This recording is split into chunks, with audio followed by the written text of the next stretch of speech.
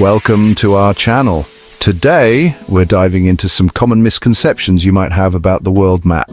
You know that thing we used to stare at in grade school, daydreaming of far-off places?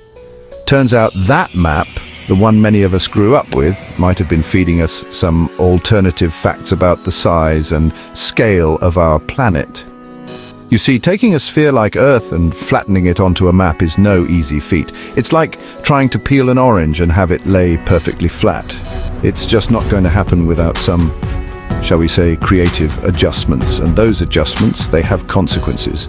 Get ready to question everything you thought you knew about the world because things are about to get real. World map real, that is. Let's get started. The world map most of us are familiar with is called the Mercator projection. It's been the go-to map for centuries, adorning classroom walls and atlases alike. But here's the thing, it's not the most accurate representation of our planet.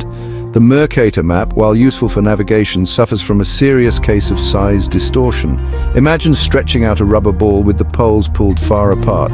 That's essentially what's happening here. This stretching effect means that land masses closer to the poles appear much larger than they actually are. Greenland, for example, looks like it could go toe-to-toe with Africa in a landmass competition. But don't be fooled. In reality, Greenland is a mere fraction of Africa's size. It's like comparing a basketball to a grapefruit. There's really no contest. This distortion isn't limited to Greenland, though. Europe, North America, Russia, they all get a size boost thanks to their northern locations. Meanwhile, countries closer to the equator, like those in South America and Africa, end up getting shortchanged in the size department. Let's take a closer look at North America, shall we? On the Mercator map, it looks like a giant sprawling continent, dwarfing everything below it. And while it's true that North America is a sizable landmass, it's not quite the behemoth it appears to be. Remember that stretching effect we talked about? Well, it's working overtime on North America, making it look significantly larger than it actually is. In reality, Africa is more than 3 times larger than North America. Think about that for a second.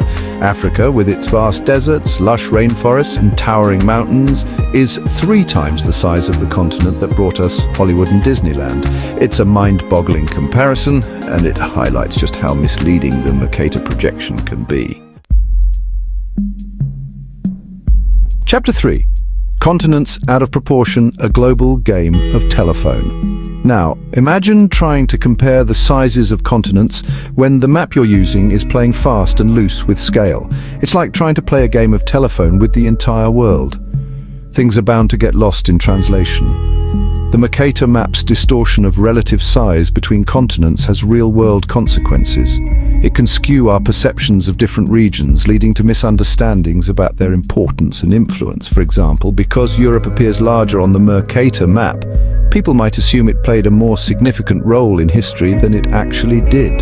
Similarly, the distorted size of Africa can lead to a lack of awareness about its diverse cultures, rich history, and immense potential. Chapter 4. Asia, the unsung giant of the East. Let's talk about Asia for a moment. It's the largest continent on Earth, home to towering mountain ranges, sprawling deserts, and bustling megacities. But you wouldn't necessarily know that from looking at the Mercator map. Because much of Asia lies closer to the equator, it falls victim to the Mercator projection's shrinking effect. The result? Asia appears smaller than it actually is, leading to an underestimation of its true size and significance. This is particularly noticeable when comparing Asia to North America on the Mercator map. North America, with its inflated size, seems to dwarf Asia. But in reality, Asia is more than twice the size of North America. It's a landmass of staggering proportions, and its size is a testament to its incredible diversity and global importance. Chapter 5.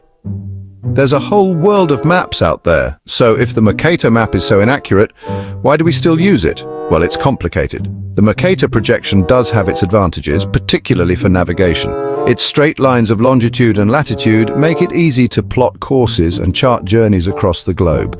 But when it comes to accurately representing the size and scale of our planet, there are better options available. One such option is the Gall-Peters projection.